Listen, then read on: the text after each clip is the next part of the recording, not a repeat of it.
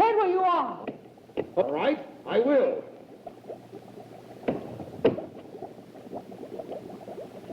I did as you requested, Batwoman. I'm still over there. And at the same time, I'm here. And look, I'm there. And there, too.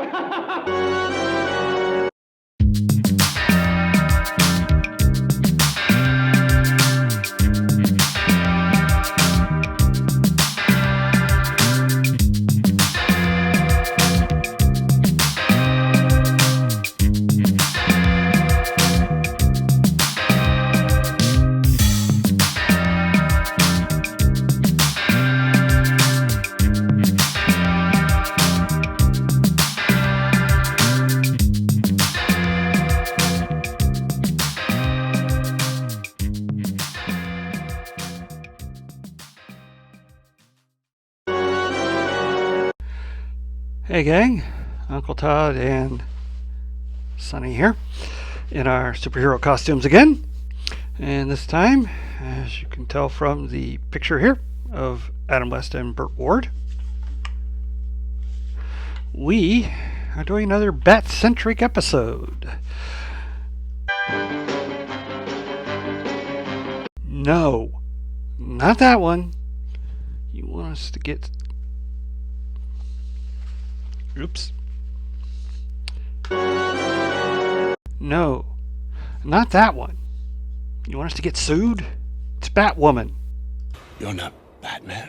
That's the point. Not that one. Ella es una maravillosa mujer inmensamente rica que vive en la capital. Su fortuna la ha puesto al servicio de la justicia, luchando incansablemente en contra del mal. Not that one. The other Batwoman from the 60s.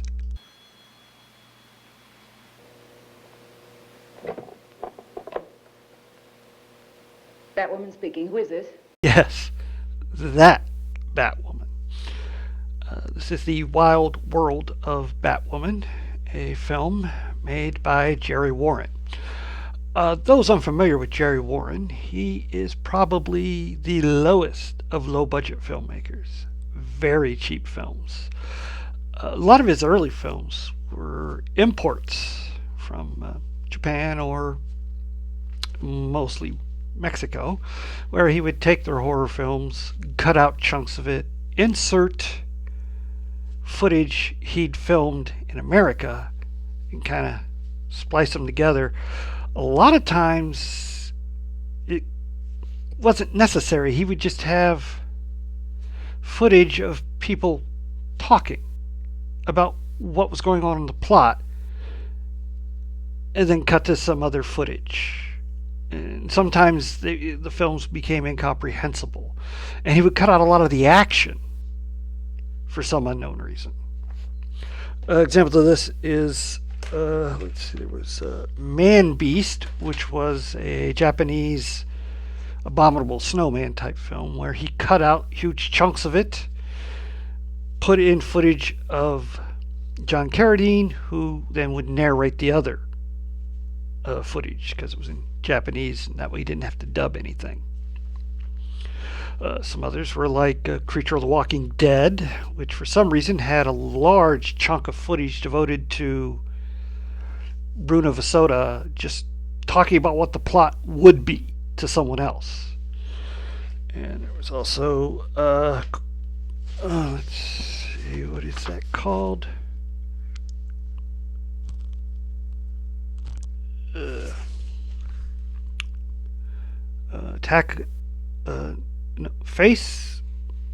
Curse of the Stone Hand. There was also Face of the Screaming Werewolf, in which he took a film called La Casa del Terror, which was actually a comedy horror film starring, I think it was Cantinflas, a very popular Mexican comedian, and cut out all of that footage and just pieced together some footage from Curse of the Mayan Mummy, which was another film he did all the Aztec mummy films, if you've ever seen those. Just chops up part. Anyway, and inserted some footage from the Mayan Mummy so that then Lon Chaney, who was brought over to do some scenes as a werewolf, was a mummy that became a werewolf. course, this film stars Catherine Victor, who appeared in quite a few of his films. Oh, I should note it that a couple of his early films, I think he did Incredible Petrified World. Yeah, he also did The Incredible Petrified World, in which he went to a cavern filled with stalactites and then filmed 4 people walking around and talking about how they got trapped there in a submarine. Anyways, Catherine Victor, she did a lot of his films.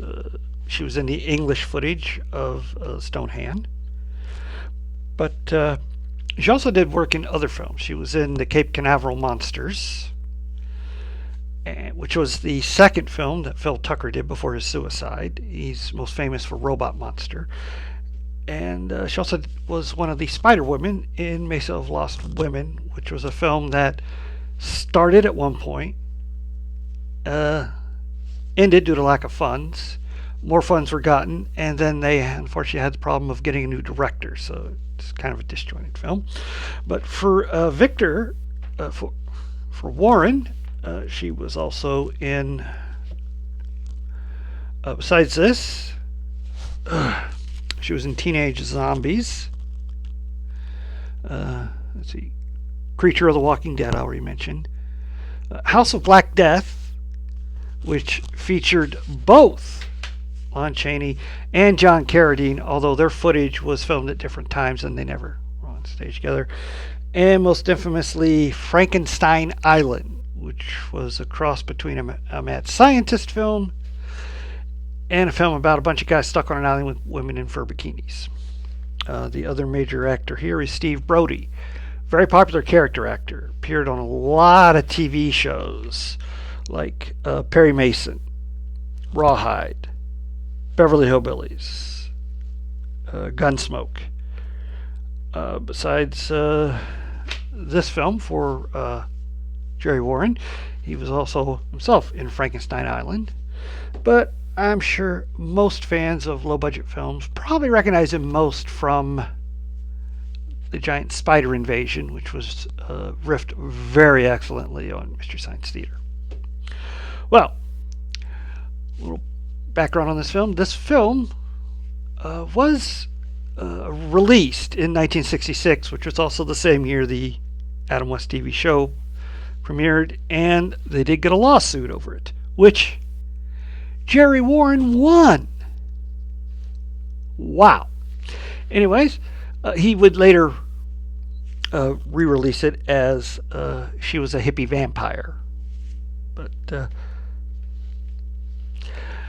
films like this get re-released with different titles all the time. But we open with a prospective agent of Batwoman taking her vows. Under Article 21, Paragraph 2, we accept your allegiance as a Batgirl. You will obey all rules and obey all orders handed through channels. Now drink this. Ooh, gnarly. They're going to have her drink blood. Hey, it's good. It doesn't taste anything like I figured. Now that you're one of us, I can tell. We're vampires, all right, but only in a synthetic sense. Drinking the real stuff went out with Count Dracula. Oh. Turns out it's just fruit juice. But after the credits, 2 of Batwoman's agents witness a crime, and they have a horrified reaction to it. Batgirl 14 to Batwoman. 14 to Batwoman. Witness to holdup, return to murder. 2 men. I have descriptions. Please.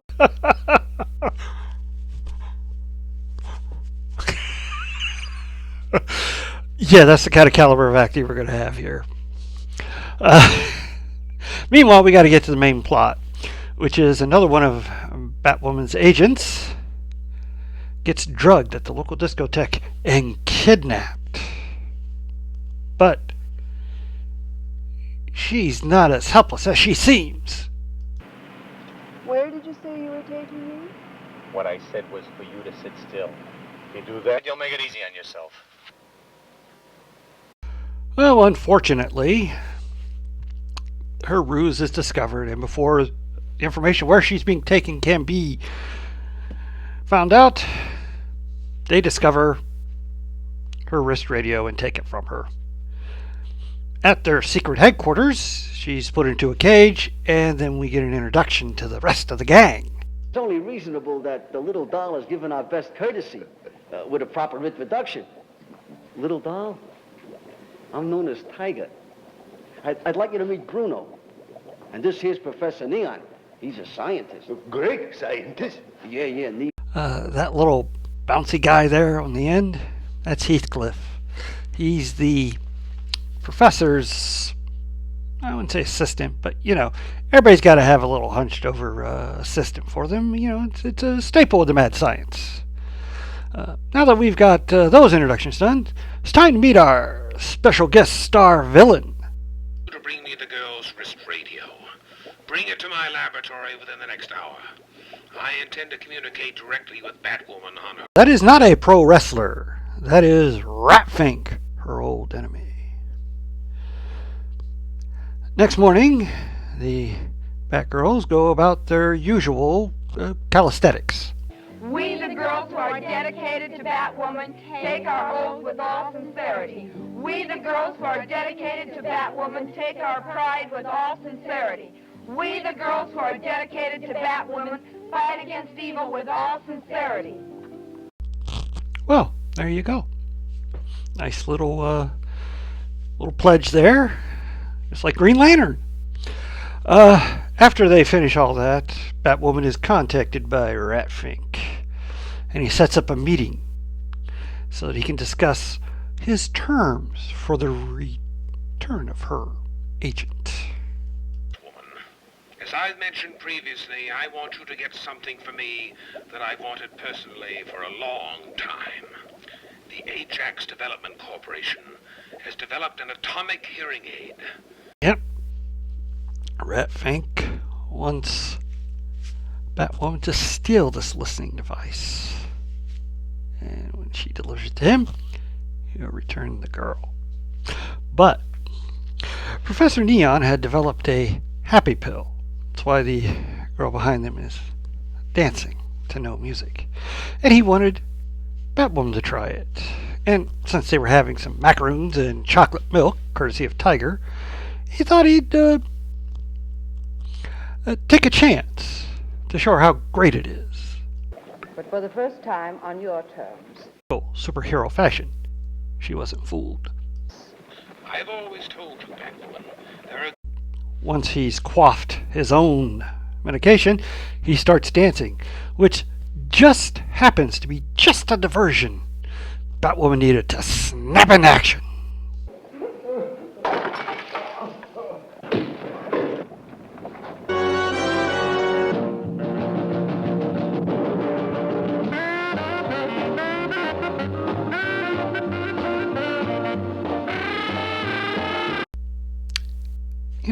That action music there, that seems a little more appropriate for I don't know, 77 Sunset Strip, Bourbon Street, whatever those shows were called back then. The hip, cool, private eye shows.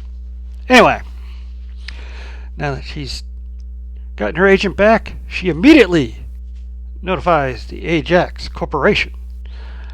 And they seem to have a slight problem of their own. Our time limit for destroying that device has run out. We had just 15 days, not 30 as I told everyone. JB, you kept that thing here illegally? Hoping we wouldn't have to destroy it? Well, yep. Pretty sneaky on his part, and highly illegal. He also informs his partner that Batwoman called them and informed him about Ratfink's plans. So, of course, having learned this new information, he rushes over to Batwoman's house. No palatial estate with an underground cave for her. She has a nice little ranch with a pool. Anyway, they come to a mutual understanding that it's important that the listening device be protected. But Rat Fink might be a little bit ahead of them. Soup? Hot soup, girls. Here it is. Soup. Get your soup, girls. Isn't that delicious? Have some soup.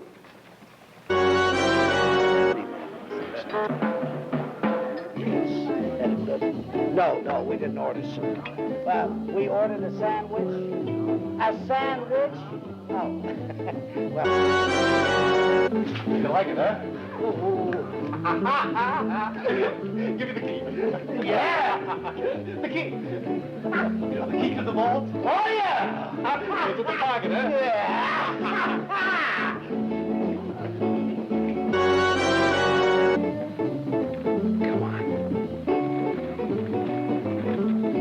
Tiger, come on!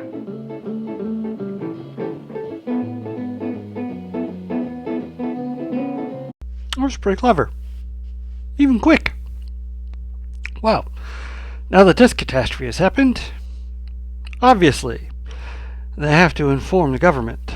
So Seltzer from the patent office zips down in a plane with his assistant, and they arrive at Batwoman's establishment as she's trying a rather unique method of finding out the location of the hearing aid.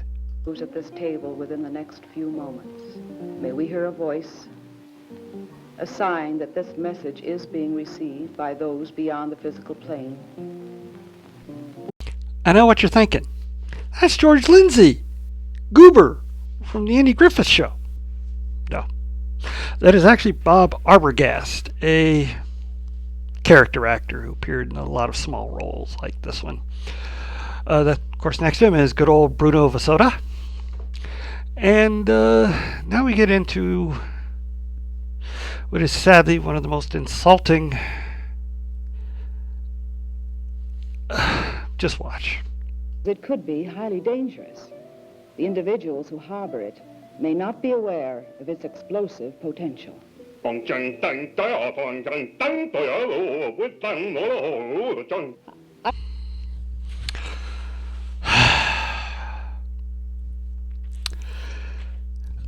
Let's just move on, shall we?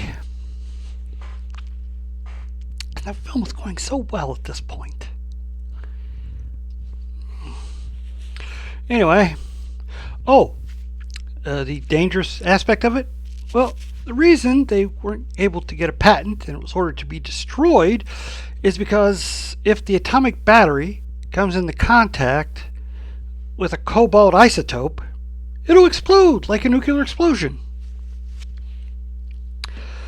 So, Batwoman is sending out her agents to go scour the beach. Well, after a bit of a break where they make out with a bunch of guys and listen to a surf band on the beach, they go to get their search, and Rat Fink is ahead of them again. Batwoman monitoring 223. Come in, 14. 14. Over and out.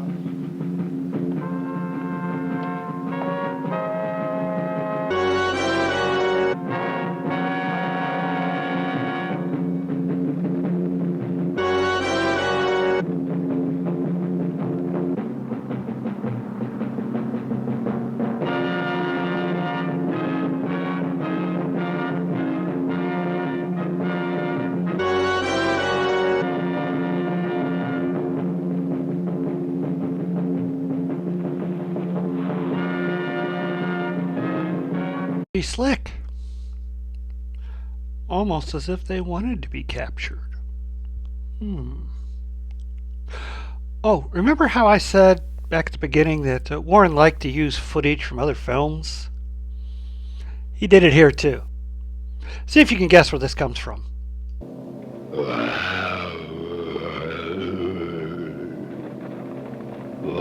Yeah. He grabbed some footage from The Mole People, an old Universal flick, about 10 to 12 years earlier. Those are monsters made by Professor Neon. And Ratfink grabbed the Batgirls so that he can then mate them with the monsters. He's such a fiend. Fortunately for him, Batwoman shows up. Yes, it's me. You're wondering how I found you. You should know me better than that. A cave of all places. It was so elementary, Ratfin. I don't know how you could have taken the bait. It was all a ruse to get him to capture the girls so that... I'll let her explain. Each one of the girls carries an oscillator set for my own frequency, and this not only picks them out, but also frees them. Free the others. I know what you're thinking. What about Tiger and the other Batgirl? Seems he's had a change of heart, and he's gone over to the other side, and he actually helped Batwoman get past any problem she may have had getting to the hideout. Well, now that everybody's on the ropes, Flanagan decides it's time to use his expertise of negotiating. I think there's plenty for all of us, and I have something else that's real nice. Yeah? Forget it, Professor. I've had enough of those pills of yours. I have no desire to be made happy. Well, how would you like to try a depression pill? Well, Professor, now that you mentioned it, maybe just a little... Well, let's skip the negotiations right now, because Batwoman wants to uncover the true identity of Ratfink. But aha! He has a new invention, the body duplicator.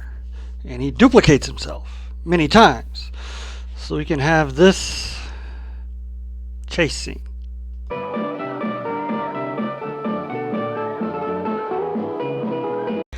But Batwoman is a bit of a scientific genius herself and does a bit of reverse polarity kind of sci-fi stuff. And so Ratfink pulls his last attempt to hold everyone at bay. Force my hand. Now, wait a minute, Ratfink. What about the rest of us? I don't want to die because of you. You're a think, Ratfink. And that's it, Ratfink. Remove his mask. JB. But it was kind of obvious because they didn't disguise his voice. His reason? He has an uncontrollable urge to listen in on other people's phone conversations. It's so strong, he apparently created this entire criminal persona just to get a hold of his own invention. Yeah, it doesn't make any sense, but then in a film like this, should it? Anyway, they don't have any time to contemplate because Heathcliff holds a major boner. He spilled the cobalt on it. It's too late. It's seeping through the outer covers. What do you mean too late?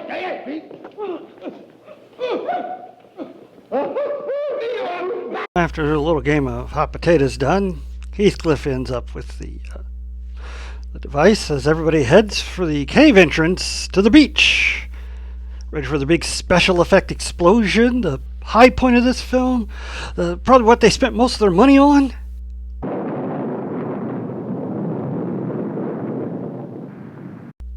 Wow. Like I said, this is like bottom of the barrel budget here. But the explosion did have one interesting effect on one of the characters. Professor Neon! Neon, what happened? I can't remember a thing. You've gotten your voice back. Yes, of course. Yes, later, back at the Bat House, Heathcliff explains that he had had an injury as a child and hit his head. And when he was helping Neon with his experiment, years later, oh, the guy's like filthy rich. He got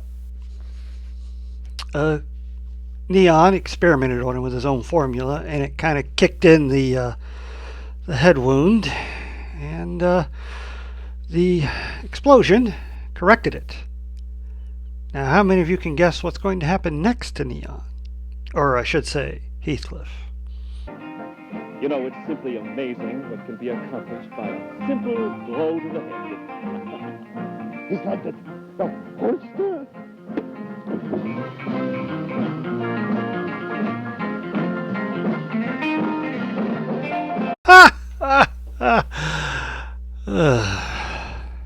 But wait, there's one more joke to be had.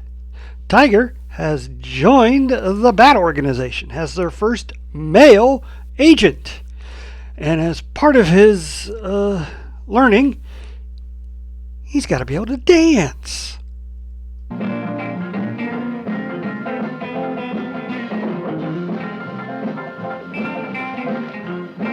And thus, we come to the hilarious ending to the Wild World of Batwoman.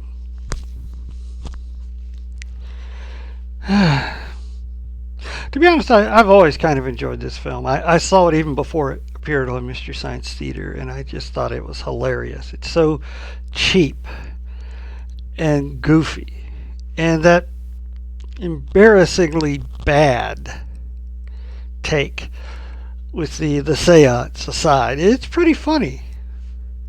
There's not a lot of action. It's just more people mugging for the camera. Oh, you know all those agents who play the Batwomen? Well, turns out those are actually strippers, which accounts for their lack of acting ability. Story goes, they were freshly out of work. Their strip club had gotten raided by the police and shut down, and Jerry Warren learned of it and went and offered them all some work in his movie. And, well, with no other options, what are you going to do? And, yeah, there's some scenes they're in where they're just in the background, and they are so obviously trying to steal the scene from the actual actors. Like this one. I have no admiration whatsoever for someone who would listen in to someone else's conversation. Oh, Batwoman, you really don't think that JB and I would... Well, I'm not interested in anyone else's conversation. No, you have the wrong idea. Entirely wrong. Did you catch that? You got people playing with horseshoes, and then that one blonde woman seated right next to Brody just mugging relentlessly for the camera. They're like that all through the film. Now you could say, well, Warren's just a bad director who doesn't know how to give stage direction. I look at it more as Warren didn't care. He just wanted to get it on film, get it out to the theater. What's going on in the background doesn't matter. It's the main actors he's concerned with, and he's not that concerned with them either. He's just trying to make a quick film to make quick money. It's badly directed, who cares? But there's a lot of good humor in it. I mean, I showed some of it. Most of it's just kind of lame jokes.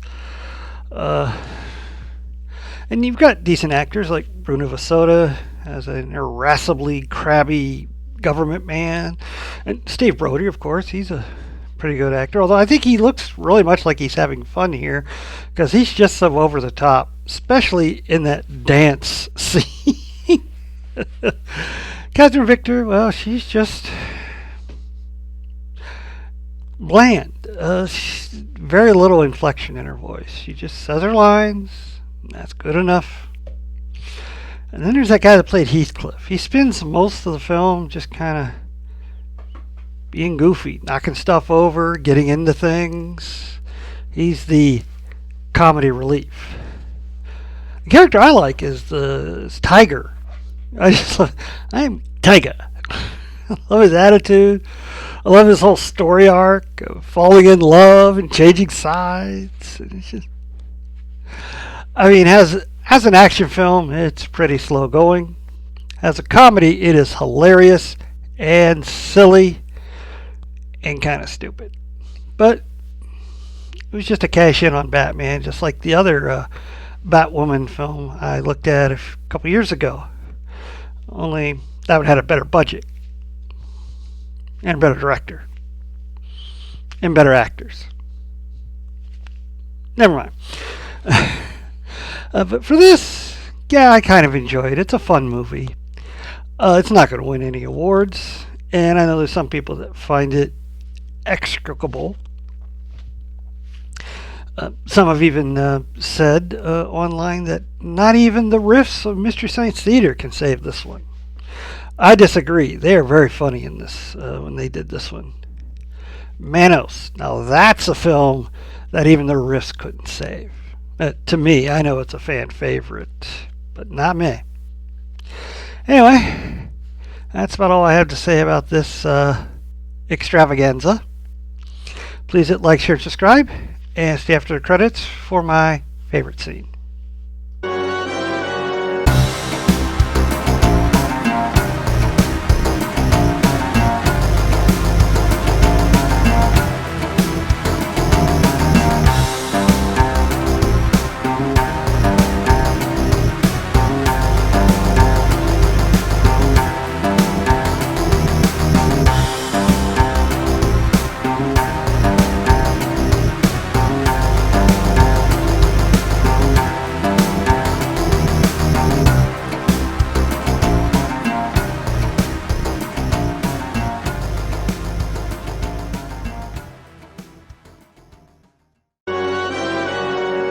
Tiger, why'd you let it creep up on you?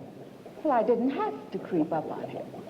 He realized of his own making that he would do the honorable thing and set that girl free. This boy has fallen in love. Well,